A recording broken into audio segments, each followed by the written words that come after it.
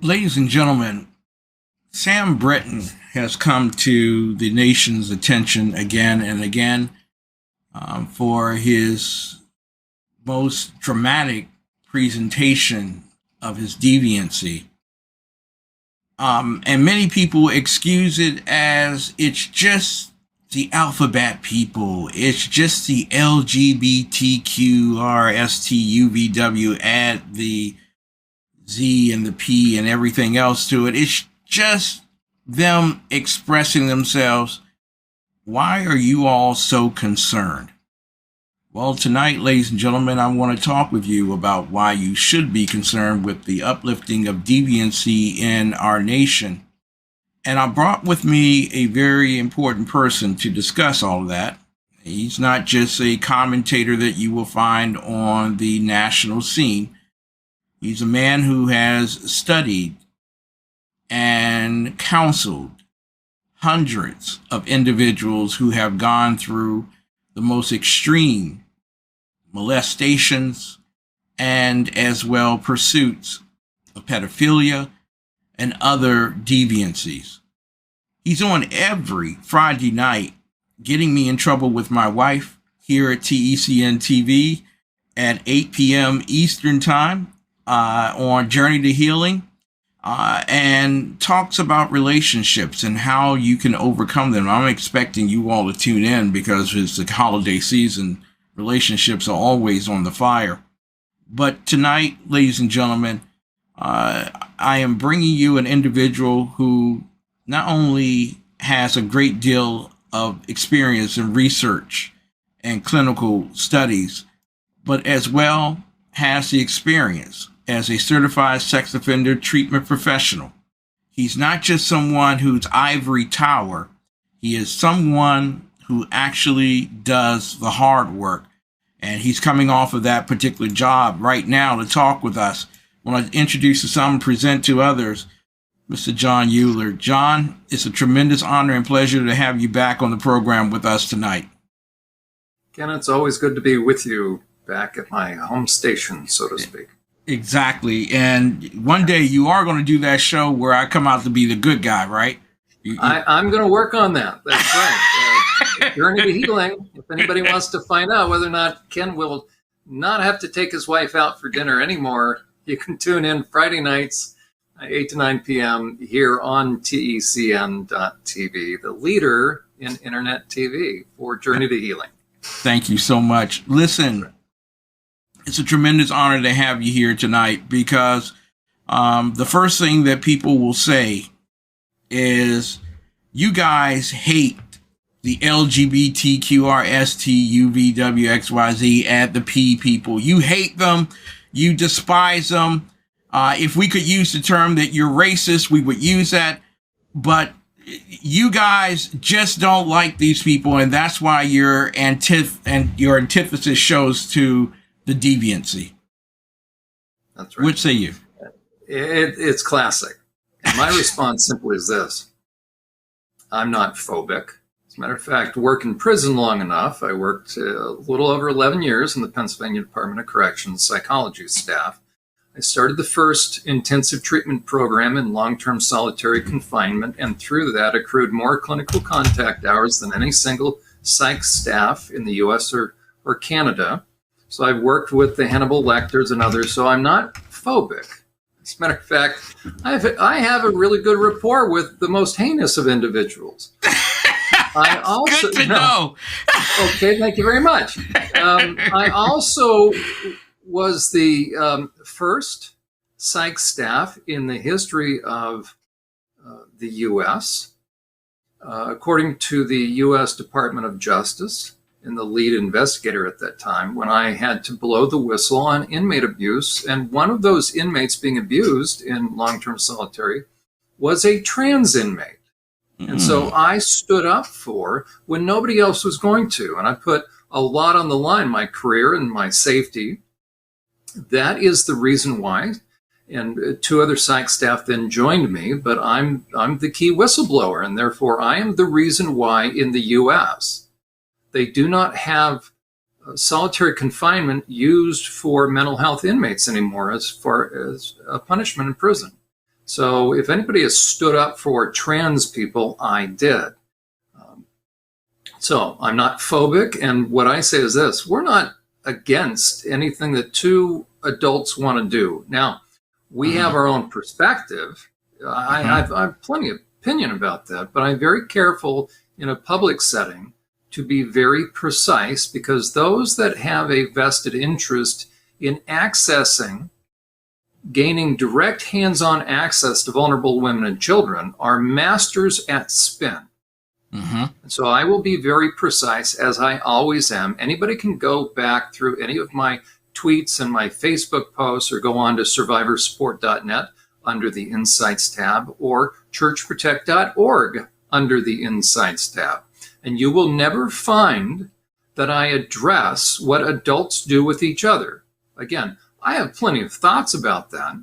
Yeah. But my focus, especially in working with people in the venues that I do, I work with survivors. I have an extensive background also working with kids in the system, and then with the full range of inmates, but especially sex offenders. One of the things I also did, I'm certified in the hair psychopathy checklist, and I ran one of Pennsylvania's, the Pennsylvania Department of Corrections. At that time, they had two, they have one now, standalone, high-intensity treatment program, a specialized unit for sexually violent predators, 65-bed standalone unit. Okay, so I know what I'm talking about. I've dug deep into not just the details of all this, but I worked hard to figure out, how do men become the way they do? How do they become predators? How do they become deviant? And from that, I developed a lot of concerns, because having worked with survivors, I needed to know, in order to convey to them, I had already conveyed truth to survivors, but here I was working with the kinds of men that hurt my clients. And every sexual abuse survivor on some level feels responsible for what happened. So part of the therapy process is helping them offload those knapsacks, as it were. So I had a very unique opportunity, unlike any outside academic researcher. And it's not that academic researchers can't learn a lot. James Dobson sat down with Bundy and had a very informative 3-hour interview.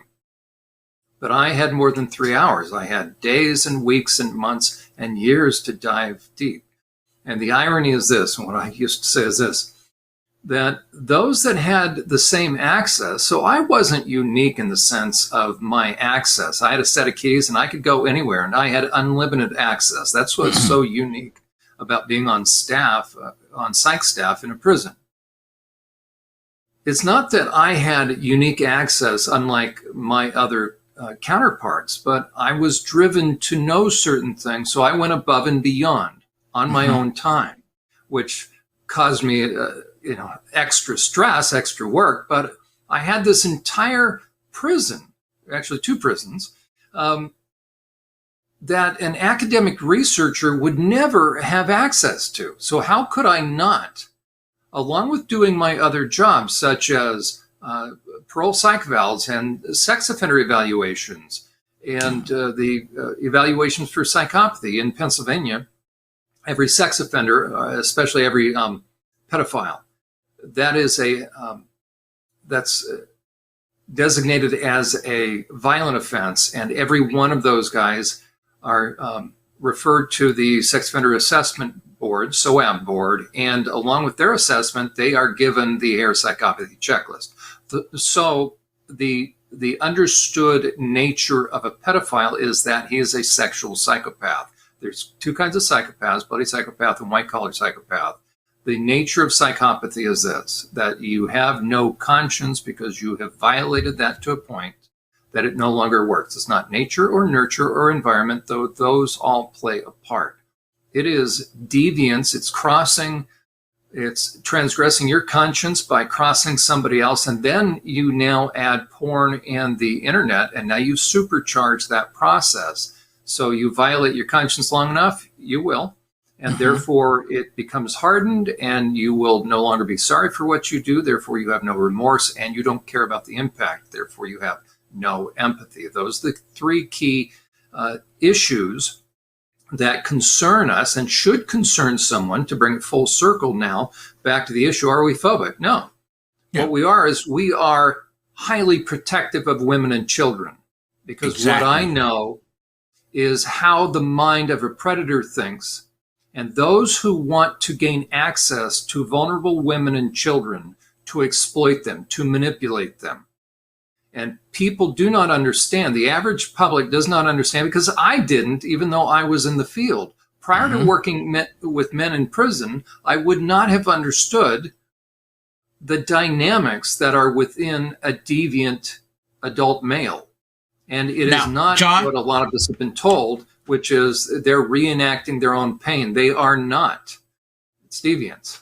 Exactly. Jon, there are leftists who are listening to us tonight who want to pick us off on language, because that's what they do best. They control the language and they make us out to be what we're not.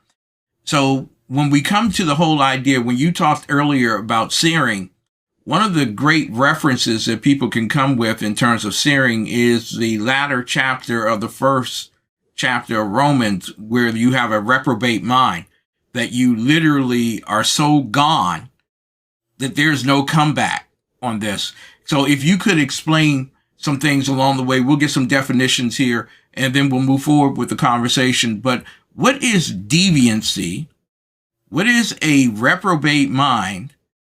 And how does it apply to someone like Sam Brinton?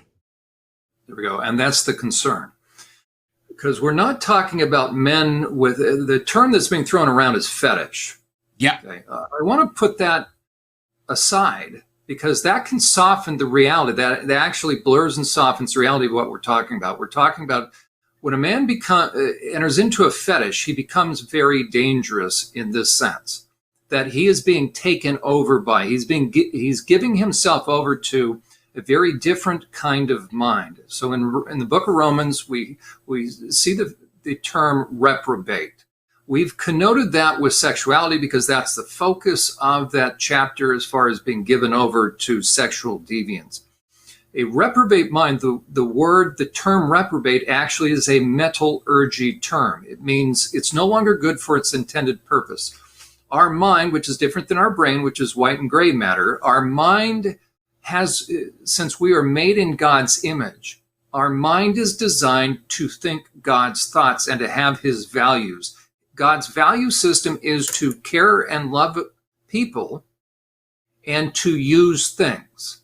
The further I get away from that, or the more selfish I become, that becomes inverted. So instead of loving people and using things, I now get twisted and I use people and love things. So now I have a reprobate mind, and you can get to a point where you are beyond the point of no return, and I'll tell you why. It's not that God can't ever redeem someone. He gives somebody over, and what happens as a judgment from him is he gives that person what they want, and they begin to want more and more of the opposite, meaning they don't want to ever come back. So they lose the desire to ever come back. Now, you layer that with sexuality, and you have what ends up being called deviance. What deviance is, and I remember working in the prison, which group I was doing just prior to walking in a group, when it finally hit me what deviance is. I'd heard about it, but I still haven't heard a really good definition. It sounds technical and clinical, but I'll tell you what it is. Deviance is beyond the realm of lust. You have to picture a stair-step fashion downward into depraved darkness. Okay? Most of us assume, and here's the thing, predators know us better than we know them, because they once were not a predator. And it all comes down to conscience. And predators know that the average person has a conscience, wants a conscience, and values a conscience. And therefore, along with that, the average person doesn't want to assume the worst about someone. Yeah. When it comes to sex and sexuality, we all deal with lust. What is lust? Strong desire that is self-focused. So in a way, I'm beginning to not care as much about the other person. I'm not seeing them as a person of value. I'm starting to see what they can do for me. So the first stage is lust. Once somebody moves, so first is attraction, then lust. Once they move into and then through the realm of lust, things change. Now it's about having an effect. Okay, there's a chart that I put together. Mm-hmm. Okay, so you see porn influenced. That's selfish. We're going to then move downward in stages. We're then going to, if a guy gets into enough porn, he's then going to become callous and indifferent. And you see that in the bondage stuff, the 50 Shades of Grey stuff. They don't care about pain. They don't care about effect. They can love them and leave them. That's even before that 50 Shades of Grey stuff. So the average man, okay, a normal person, actually both male and female, but a man that is normal cannot become sexually aroused unless he knows his partner is enjoying herself. He cannot get an erection. He cannot come to climax. As somebody goes down, that's gone. That changes. And so what deviance is a guy gets sexually stimulated and aroused by knowing he's generating pain and trauma and injury to someone. So not only are they not enjoying themselves, they are being harmed. So an average man who is not deviant would not be able to be excited if he knew that his partner, his wife, was not enjoying herself. As a matter of fact, how you kill the moment, the classic joke is this: just before the man is able to climax, the wife looks up and says, "Oh, I really need to clean the ceiling." The average guy would say, "Oh," right? Because he knows automatically mood's over, right? Exactly. He wants to set the mood, right? Because he's still sort of in the realm of normal, but he's into lust, probably. Okay. His mood changed when he knew his partner wasn't in the mood, wasn't along with him, wasn't enjoying herself. That's why the highest paid prostitutes in the realm of the lifestyles of the rich and famous, they know how to fake it. Okay, so they want the guy to think they're enjoying themselves. Exactly. But in deviance, it has nothing to do with enjoyment. As a matter of fact, I submit this, it would kill the mood for a deviant. I told the guys in my group when I finally figured this out and I was looking at them, I've got 12 guys in my group, full range of different offenses. I said, you guys don't even know how far from normal you've fallen. And so I described to them, I said, you don't even remember that a normal guy can only get an erection as long as he knows that his partner is enjoying herself. I said, you can only get an erection as long as you know you're traumatizing her. Ooh. I said, but in the act, if she turned to you and said, I love you, would you go out on a date with me? You'd probably lose your erection. Wow. Okay. That needs to be understood so that people can understand now our concern about sexual predation. Because as a man gets to a point where he thinks it's a reasonable thing to dress in women's underwear, I can assure you he has consumed thousands of hours of progressively deviant porn. No normal man is going to dress in women's underwear. Now, that's mild compared to what these guys are into. You then get into this. Sam Brinton was into pup play. What is that? That is bestiality that's also grooming little kids, by the way. So you then enter into the deviant realm of anthropomorphic type of stuff. That's where furries come in. And by the way, I first heard about furries from an extremely sophisticated and deviant pedophile. Furries are big mascot costumes that cover 100% of the identity. And parents will hand kids over to a mascot, to a guy in a mascot. They have no clue who this guy is. So by the time you have a man that's willing to act overtly out in public in a sexually deviant way, you can multiply that by 10 as far as what he's probably doing behind closed doors. And pornography leads downward in terms of age. It all comes down to picture an hourglass. So as an hourglass converges right in the middle, every sex offender understands the term barely legal. And barely legal has to do with as a guy starts with the gateway porn, the image that he's looking at is an adult, always. Don't ever let a guy try to convince you otherwise. Okay. Mm-hmm. It then starts, so the Playboy kind of thing, but now with the internet and what these kids are accessing, it's far surpassed that in a split second.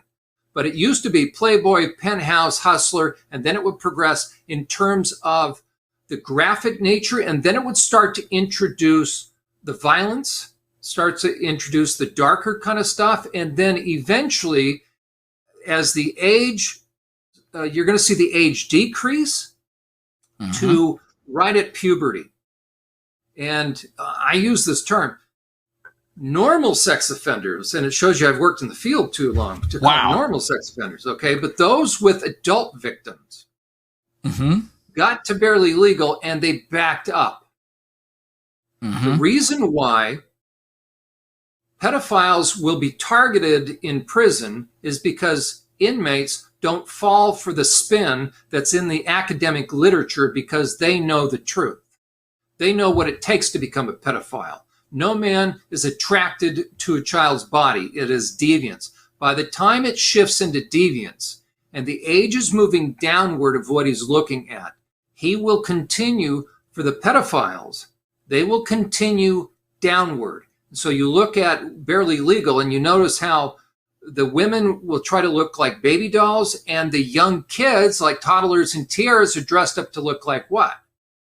Young women. Young women, exactly. I was told by the guys on the block, on the cell block, I wouldn't have known this. That's why the only place you can really do sex offender treatment is in prison, because to find out the truth, you have to monitor these guys 24/7. No outside researcher has the ability to do that. Plus, there's a lot of other dynamics as far as if you're going to interview guys in prison, it's a very lengthy process, and they're going to volunteer unless you ask for a certain person. Well, who's going to volunteer in prison to say, oh, you're looking to interview pedophiles? I'll volunteer because now you have a target on you. Okay. There's only certain select individuals that are going to do that have a certain amount of protection. And I'll tell you what they're doing that the average researcher doesn't know. The pedophile is going to use the interview as practice for parole. Yes. Okay, that's what people need to understand. Now, let me bring it back to Sam Brinton and our concerns about these lifestyles and what's going on, especially with SOGI sex ed in the schools and all of this trans deception stuff. It all comes together. It's all in the same mix. Before you go there, Jon, let me do this real quick, because what a lot of people don't understand, we are not picking on Sam Brinton. No. We're picking on the symbolism of Sam Brinton, who was raised to the highest level of our government. There's another person there, Admiral Levine, the same way. Individuals who have been raised with deviancy to the highest levels of governance in our country and are shielded from dissent and from contesting to their positions because of this whole idea of discrimination.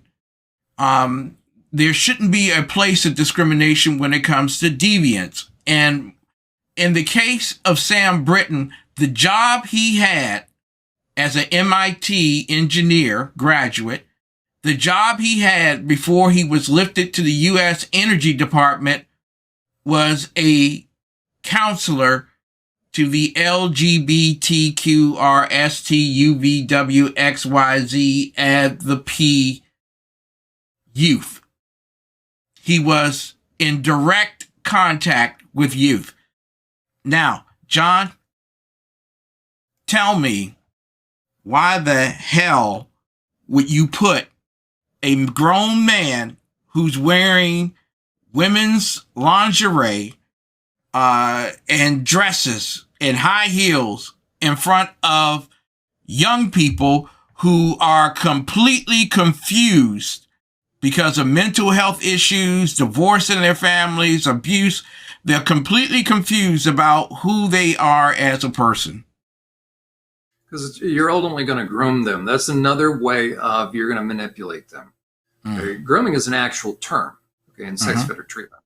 or when you're dealing with sex offenders. Grooming is simply this: you are working the intended target of opportunity.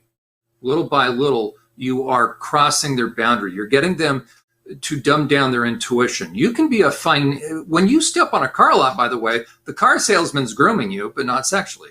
They might, right? They're grooming you financially. They're getting you to lower your guard, lower your intuition to where you're going to end up giving up more than you intended to.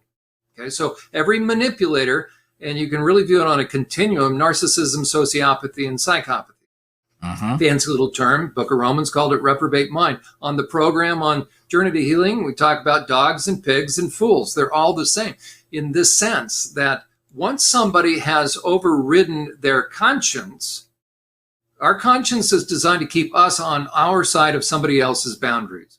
Once somebody crosses their conscience enough, violates their conscience enough, then it becomes very easy to be able to do that. Therefore, there's nothing left to stop me if I'm going to cross your boundaries except for you, and that's where your intuition comes in. Layer that with pornography, sexual deviance. Now I am supercharged to want to have you, right? Have you and your body. I want to violate you. But because I go deviant, now I want to have an effect. That's ultimately the best definition of deviance. It's getting off on the idea that I am leaving a lasting, negative, harmful effect upon you that you will, using Jesus' words, that you will stumble over, scandalize a millstone. You will stumble over this issue the rest of your life. That's why it is so heinous to do this to kids. If you confuse them, and what I assert is this: no kid will be sexually confused if you leave them alone. Sexual confusion comes from without and prior to puberty. You leave a kid alone, they'll never have an issue with their sex and with their gender. Okay? Exactly. We don't help kids who have low self-esteem and who are troubled by focusing on their gender. You focus on their healing, and you focus on their strengths. You focus on building their self-esteem, which is their competencies and their capabilities. You build them as a person. Psychology used to understand that. Now what we do is we say we're going to not build you up, we're going to eradicate you. We're going to sterilize you and chop off your body parts, and we're going to call you, but we're going to forget your dead name, meaning you no longer exist. Well, that's what cults do. Yes. So my concern about Sam Brinton, and the one thing I will say about Sam is Sam brought this upon himself because he's a public figure. But the one thing that's very concerning is this: Sam broke the law. And my contention, I'm not hearing anybody say it, but because of my background dealing with sexually deviant men, is I have a few questions about Sam. First of all, he lies through his teeth. His story is bizarre. Yes. He didn't check any bags in, by the way. So here are the facts. Sam gets on a plane from D.C., I believe, or they end up in Minneapolis. He checked no luggage. Why is he going to the luggage carousel? He says he was so tired. He's an MIT graduate who's the deputy secretary of Department of Energy over spent nuclear fuel. And we're going to buy this crappy little stupid excuse that somehow he was so tired. We got bigger issues then if we believe that. So here's a guy that goes, and it shows him on film. He rips the woman's tag off. I have a couple of questions about him. Did he know the woman? I could see a scenario where he saw her check a bag in. He was possibly looking for her. And now he's going to go down and get her bag, which may have had her identity in. He may have even been stalking her. We don't know. I'm not saying he was, but I've worked with men that's sort of what they've done. Yeah. He takes this bag that's not his. He had no bags that he checked in, and he ain't stupid. So he's a deviant. He found a woman's luggage. We don't know, again, if he specifically targeted her. He takes this luggage. He rips the ID off and shoves that in his little purse. And now he goes to the hotel. Well, when questioned finally a couple of weeks later, he says he doesn't know anything about it, doesn't have it. So he lies, a false statement of the police. He should do prison time for that. Yeah. That's a crime. Okay. Now he says, oh, well, the clothes that were in it were mine. Really? So he's brain dead? The MIT guy's brain dead that's head of nuclear waste? Really? Okay. And then eventually he says, oh, there's no clothes. I left him in the hotel. We just have lie upon lie upon lie. Do you know where I hear that kind of crap? In sex offender treatment. Exactly. The stuff he is saying is identical to the crap I hear, the justification, rationalization, the implausible excuses. Bright people don't become suddenly brain dead when they're given an excuse for why they do what they do. We're talking with now a man that has equivalent of the same kind of reasoning as the men in my sex offender treatment group, which are criminals. Mm-hmm. He has a criminal mind. How can I say it? Because he committed a crime and he reasons like a criminal. He lied to the police.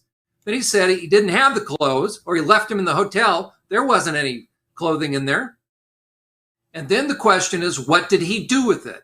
My contention is this. More than likely, he masturbated in her underwear, which is what these deviants do. Just Google how many guys get busted stealing women's underwear. Wow. And the question is, with his prowess of being an MIT graduate, he's probably pretty good with computers. Did he get her address? Was he looking her up? Could he have hacked her security system? Do we have a prowler on our hands? We don't know. But the burden of proof shifts on Sam. I'm not saying that Sam is that, but he matches the profile. And that's our concern, because that's my concern and our concern, because now Sam's also served, or he's pitched the Trevor Project, which is a dedicated phone line. Trevor Project is based upon a fictitious account of a transgender, and there's no such thing as trans kids, by the way. There's kids that have been sexually confused. Yes. But it's a made-up fictional story of a kid that kills himself. So they now have a dedicated suicide prevention line for gender-confused kids. That should concern all of us right there. You have a suicide prevention line. Why are you specifically targeting for your population gender-confused kids that the parents don't know about? That is perfect for sexual predators. Now, am I saying everybody that's part of the Trevor Project is a sexual predator? I'm not saying that whatsoever. But the people on the other end, we don't know who they are. Have they been screened? We don't know that. And the Epic Times, who interviewed me about the dangers of something like the Trevor Project, has referenced a mother that did a test, and very quickly the conversation between herself as she posed being a young kid online, the focus shifted from her mental health to sexuality. That should concern us all. The only thing that predators need to succeed in accessing and gaining hands-on access to vulnerable women and children are for us to believe them and take them at face value. In the trans deception, about 80 to 85% of those young people have been sexually violated. Within these deviant groups. And my primary concern, by the way, are churches. So if people, people raise that too. You're just focusing on the alternative lifestyle. No, I focus on wherever children and women are placed in harm's way, potentially at risk, by sexual predators. Sexual predators will dress and act in any way they deem necessary and most beneficial in order to gain the greatest access to vulnerable kids, including playing on women's sports teams. Why do they play? Not for the medals, but to be able to access the locker rooms and showers with their cell camera phones. Okay, just like we spot.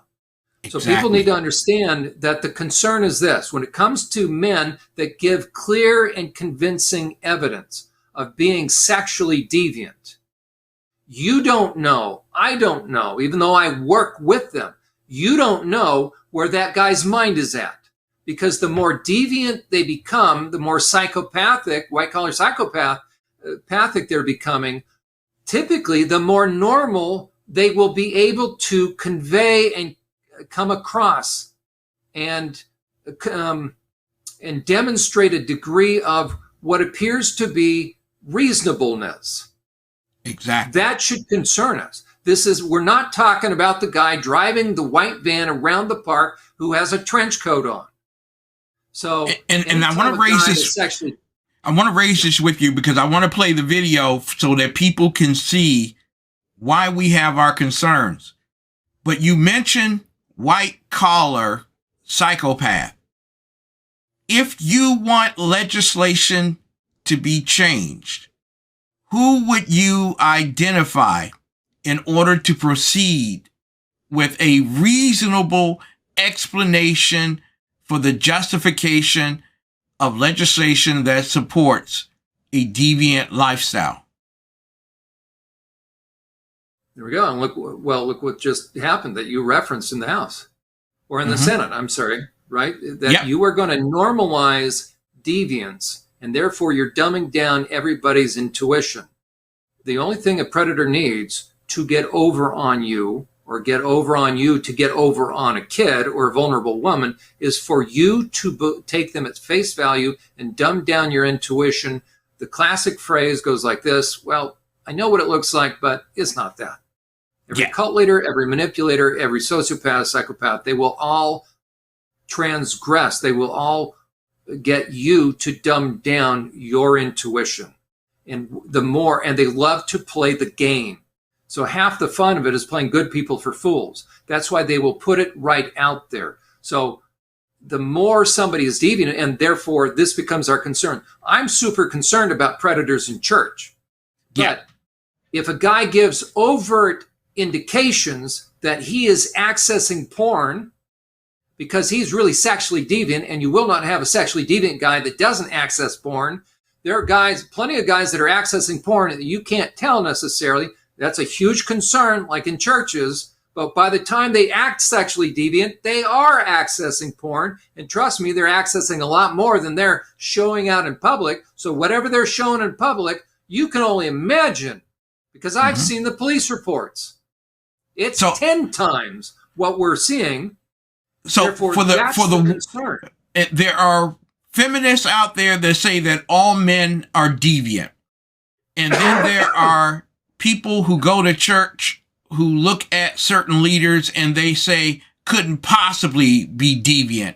Can you please explain why both groups are wrong? Right. Not all men. As a matter of fact, feminists, a word to the radical feminists, I deal with a lot of feminists, which is this. Quite frankly, and I don't care if I lose my audience. Here we go. Ready?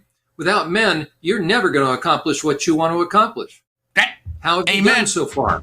How have you done so far? The reason you're still fighting, the reason you can't get men out of your locker rooms, out of your wee spas, is because you need a man. And so now you need a man to step up. Why?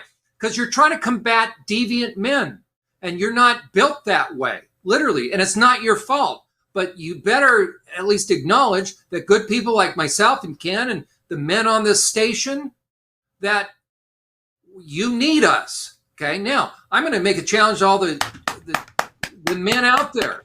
Okay, the good men out there, especially in churches. Where are the Christian men in this battle that are fighting, that are stepping up to protect women and children, and especially women in prison? You got a bunch of deviant men being put in women's prisons. These are captive women. Where are the Christians? It infuriates me that I've got to give kudos to the feminists, and that's not a pejorative thing, but I hate it when they have a point. And so my challenge to Christians is this: you need to step up. You contact me.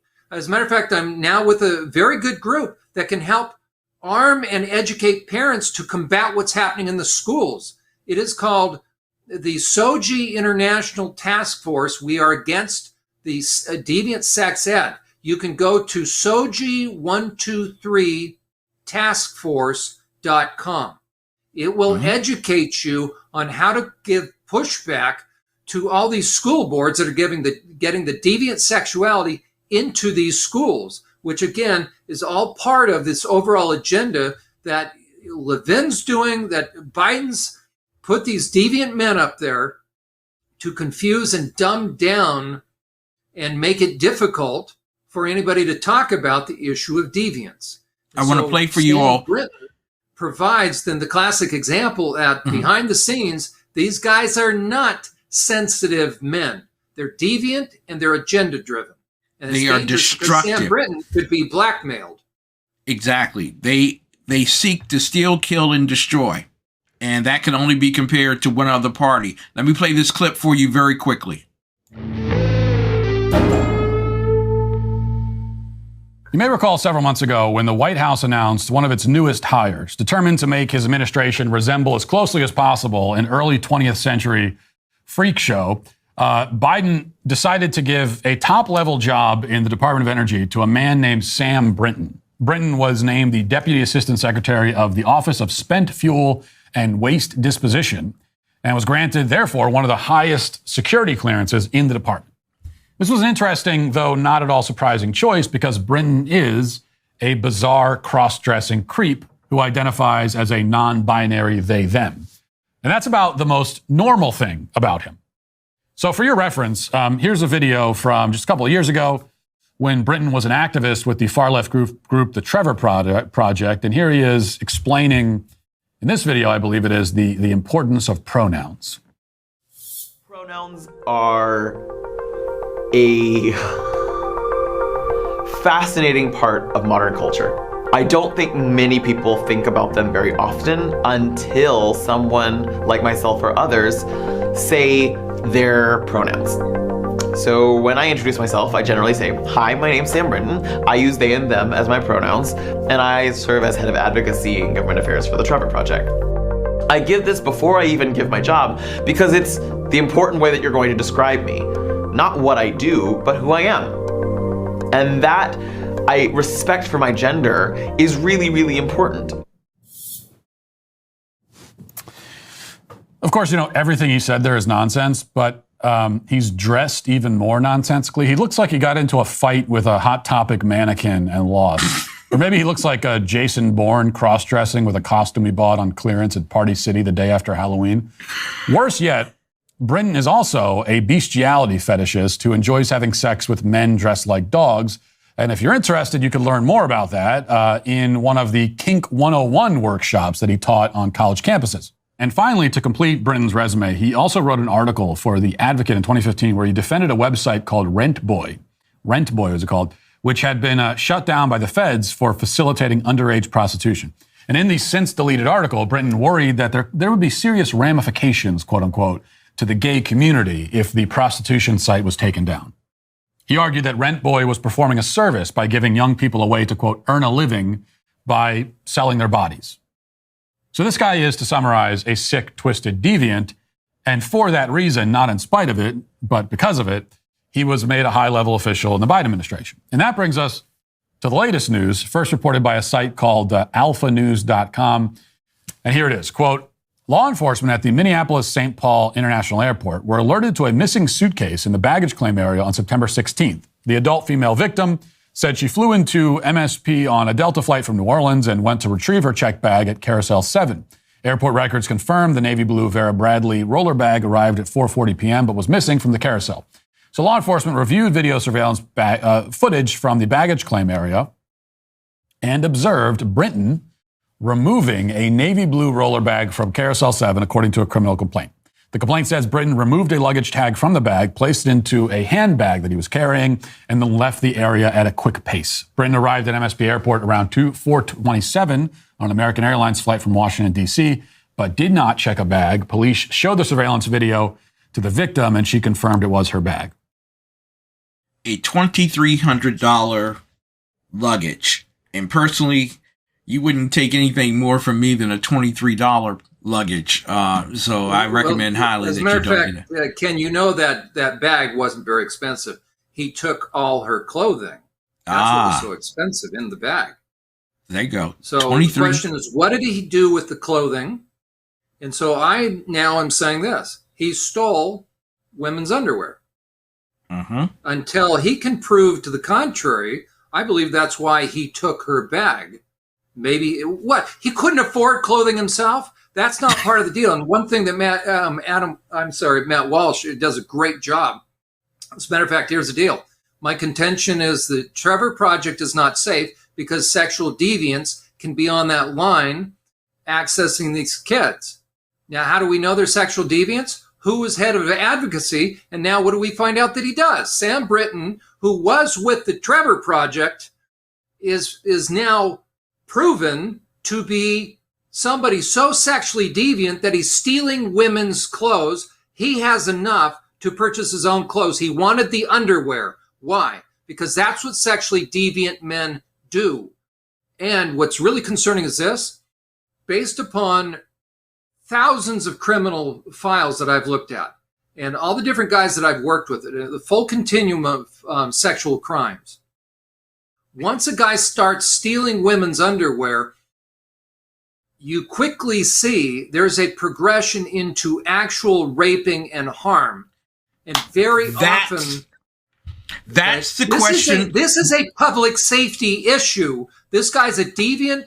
This guy is dangerous to women and children, and he's in a position in the government to be blackmailed with spent nuclear fuel. Exactly. What came to mind as you were talking was the Canadian Air Force general who was breaking into women's homes and stealing their underwear and also killing them. Correct. And that took place not just one time, not just two times, but he did that for almost 20 years. That's and right, so because it's also, here's what's so important. It's also a form of conquering. And what do we see when between men and women as they're cross-dressing? So the women that have had sex changes and they're dressing as males. Do we ever see, I've never seen one picture really of a woman that goes into the men's room and takes a photograph of herself in the mirror and puts it online. You don't see that, but you see plenty of these deviant guys going into the women's locker room or the restrooms and the toilets and taking a picture of themselves. Why? People need to understand it's their way of saying they conquered the boundaries. And you don't know, by the way, if he put in a camera in those stalls. Okay? Mm-hmm. But these guys are putting it out there to each other, to their fellow deviants. They've gotten beyond all the boundaries and they have direct access. That's why when the guys steal the underwear, they are one step away from raping the women because now they're conquering them. That's why they'll masturbate in the underwear they steal. And I'm convinced until Sam Brinton can prove otherwise, he got rid of that because his DNA was all over this poor woman's clothing. Mm-hmm. So individuals like he, who are outlandishly, blatantly fetish-driven, deviant, have hidden behind the LGBTQ agenda. And one of the things I always say regarding homosexuality is that you're not born homosexual, you're molested into homosexuality. Groomed into it. Or These you become individuals, straight up a predator.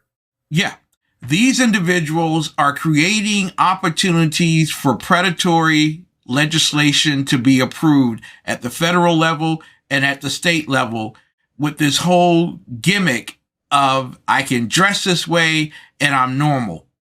How normal is it for a grown 32-year-old man who graduated from MIT to actually dress in women's clothing, drag to work? How normal is that?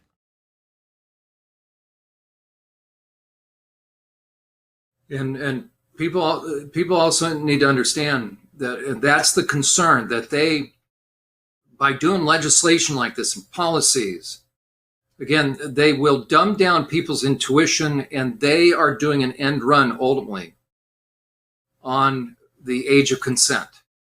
Thank you. So they still know that they couldn't get it through legislation, through a normal vote in the U.S. Congress to for pedophilia, to legalize pedophilia. So this is a backdoor approach to lowering the age of consent.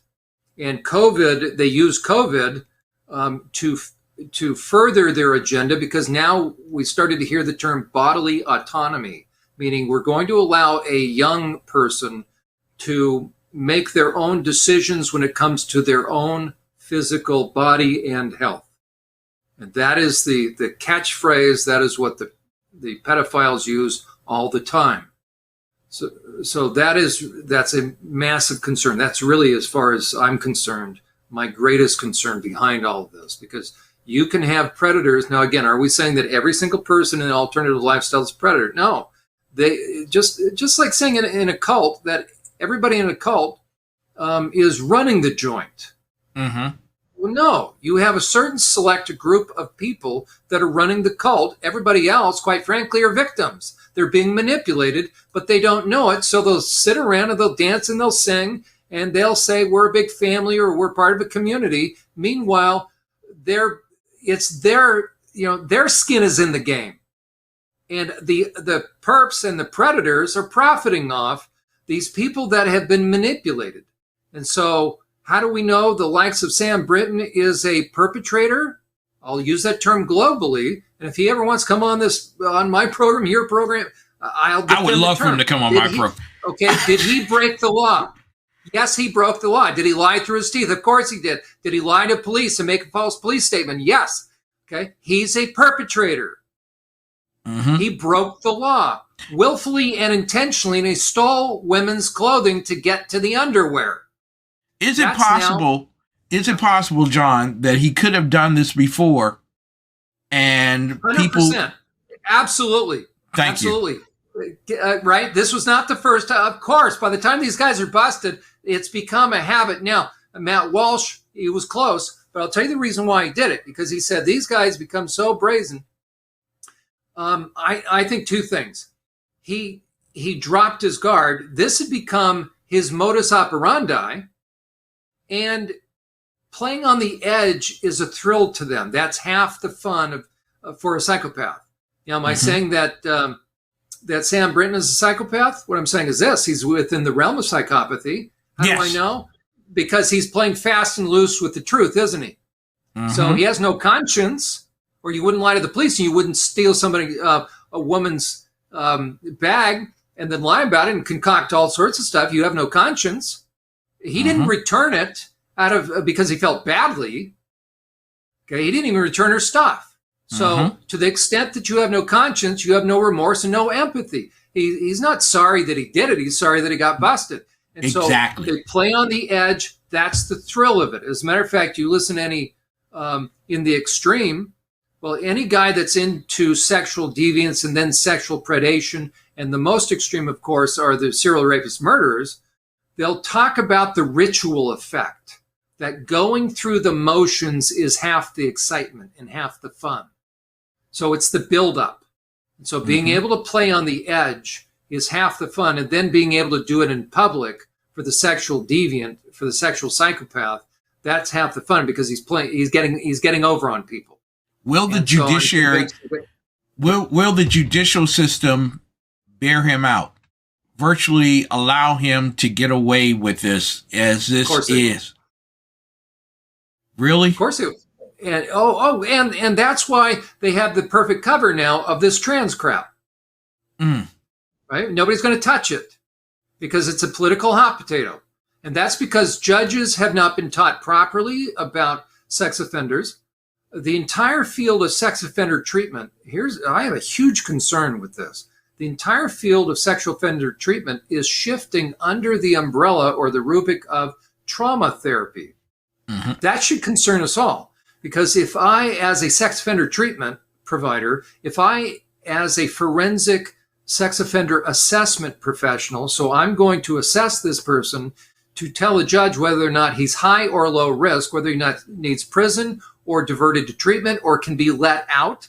Does he pose a risk to the community and any future victims? If I, as a professional, do not understand the minds of predators, if I don't understand deviance, if I think and I buy the urban myth that I had heard that it was in my grad textbooks that pedophiles really are men that are reenacting on the age of the victim they select. They're reenacting their own sexual trauma because they themselves were traumatized. I believed that until working extensively with sex offenders in prison. And the reality is this: it's not true. It's a lie. It's an urban myth. Where did they get that from? From self-reports. From self-reports of who? From the pedophiles. The world's greatest liars fed this to the researchers who are either naive or agenda-driven, knowing that it's going to be taken back, put into the literature, influence policy, and eventually legislation to do what? To decrease the sentencing in case these same guys get out and get busted again. Benjamin Levin, who was head of the education system, education minister of Ontario, who was pushing all the sex ed, the deviant sex ed stuff, was found out to be a heinous pedophile. Well, he benefited from the policies that eventually affected the sentencing structures. So he got out early because he was able to change the narrative, that changed the legislation, that changed the sentencing structure. He got out on parole, and he's just as deviant as ever. He's going back online. Yet none of these academic researchers that push the myth of MAPS, like Dr. James Cantor and other people, none of them will publicly disavow and condemn that deviant man.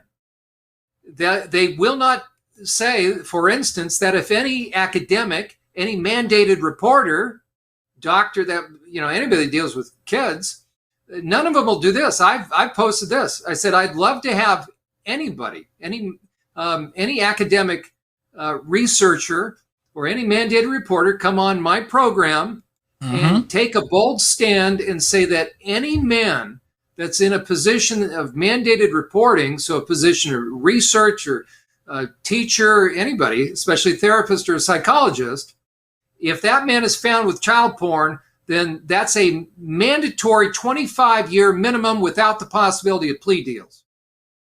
I concur with you. And my opinion on pedophilia, you and I have spoken about it before. I really believe without a shadow of a doubt that pedophilia is akin to murder, and the same type of sentencing should be applied accordingly, because pedophiles don't change. Am I correct about that? Correct. They are sexual psychopaths, and once a man's brain has become psychopathic, there's no return. Sam Brinton, is he a psychopath? He's within the realm of sexual psychopathy.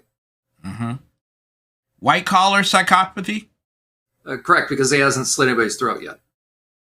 Do you understand? Oh my God, do you understand the boundary? That's amazing. That is freaking amazing. If he had taken that woman back to the hotel and raped her, right, he would have passed the border. Correct. And that's why he's too bright to do that right now. We don't know what he's doing online. We don't know what he's arranging. We don't know what he's watching. I have a hunch what he's watching, which is it criminal? Okay.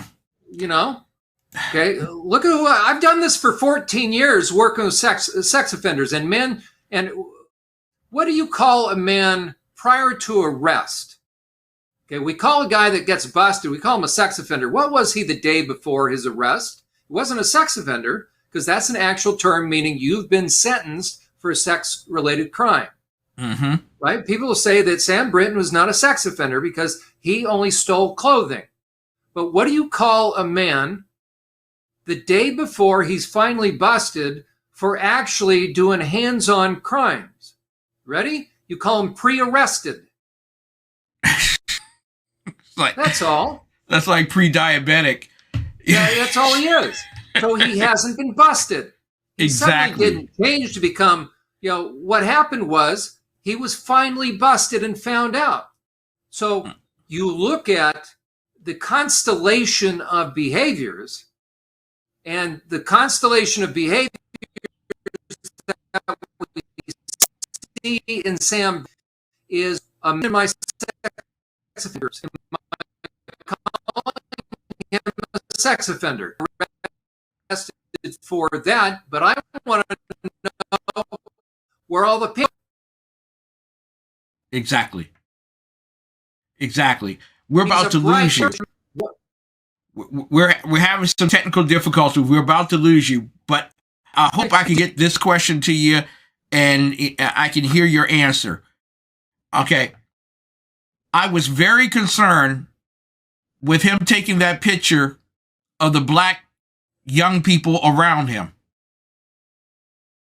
Why is it important for those individuals who are black who are watching tonight to be concerned that a Sam Brinton is in their midst? Race is not the issue for me with that. They need to be concerned that a deviant man is around minors. Thank you. That's what they need to be concerned about. Mm-hmm.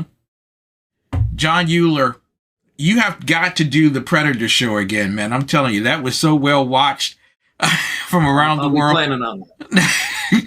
John Uhler, ladies and gentlemen, if someone knows someone, we're just going to play that angle.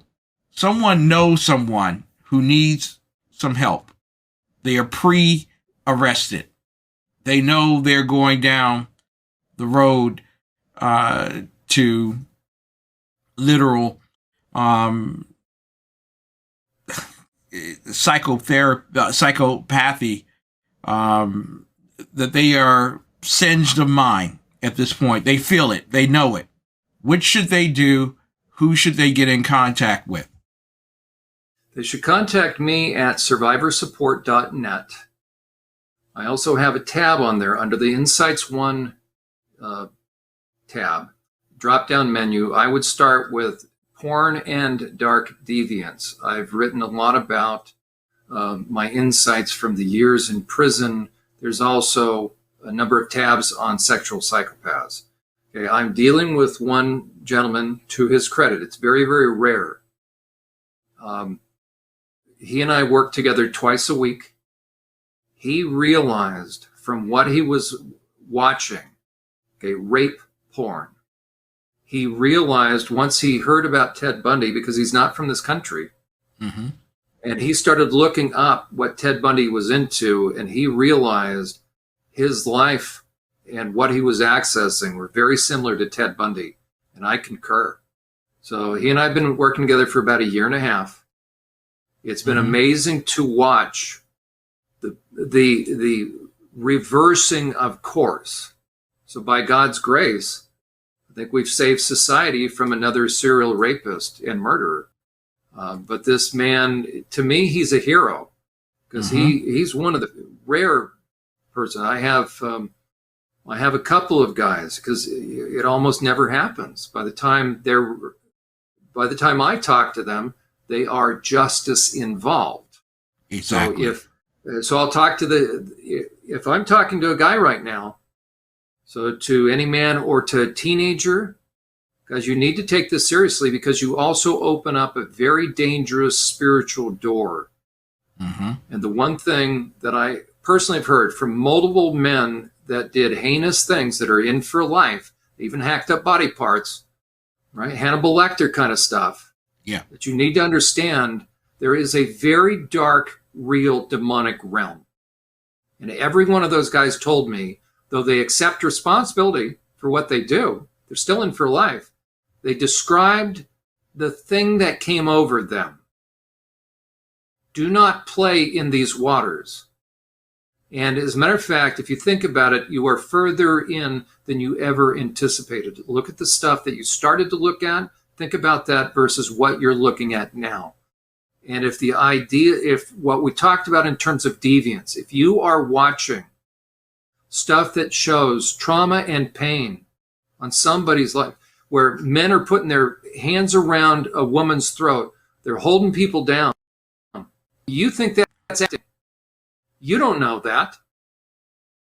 You need to take it seriously and call me. You need to get help because you can't fight this any longer on your own. You've tried that. We can get you help, but you're going to have to fight this with all your might, and your might isn't going to cut it. You're going to have to fall on your face before God, be humble and contrite, and you have to come back to him because you are way too far gone. You're close to the falls. You're going over Niagara Falls. Yeah. And you're going to harm somebody, and you're going to spend years in prison. And I can tell you what that's like. So call me anyways, and I'll tell you what's in store for you and what that's like. Finally, single mom walks in. Her 13-year-old boy has a number of Playboy books underneath his bed. Is that cute? Is that, he's just being a man? Mom needs to take it seriously. Okay, boys, teenagers, they're coming into their own. They've got hormones. Okay, on the one hand, you know that he's attracted to women. Thank God. You need to take it seriously. You need to take it seriously, right? If you see same-sex stuff, if you see gay porn, he's been groomed. Okay, that's very dangerous. All of it's dangerous. But, Mom, you need to take it seriously. You need to have a talk with him. Okay, you don't want to shame the kid.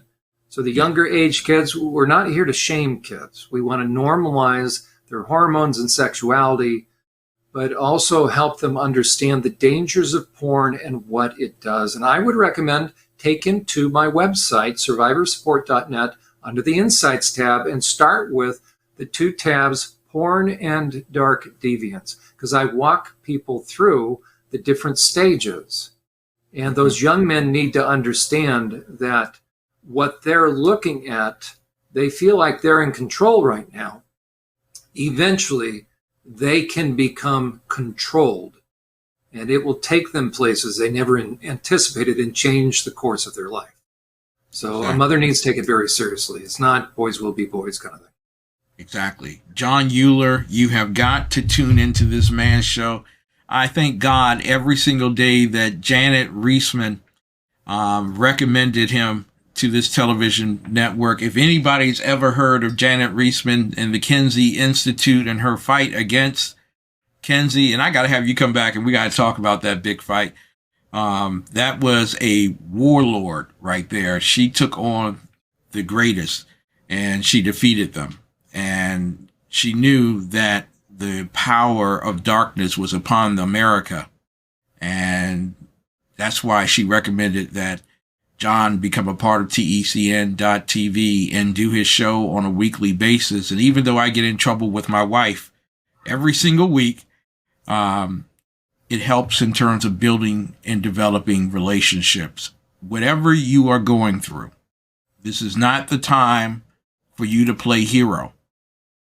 This is not the time for you to be an avenger. This is a single time when you honestly admit to God, I am beyond my limit. I feel it.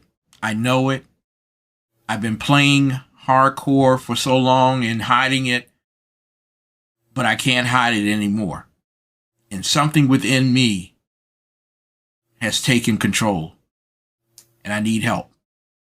This is why you're not weak because you need help.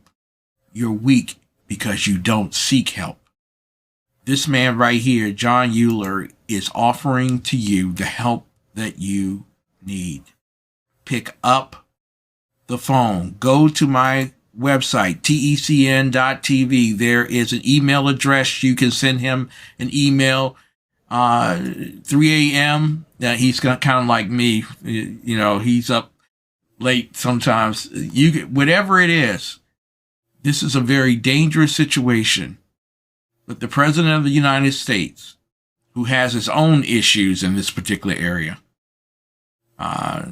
allowed a predator to be put into a position that puts at risk national security. A philosopher once said, you know how good your ruler is by the men around him. I think you've already made a good judgment here. We have very poor leadership in Washington. and they are morally struck. We need to take back our country, God first. Get in contact with my great friend here, John Uhler. Go to the website, tecn.tv, look for his name, find his email address, click on, go to SurvivorSupport.net.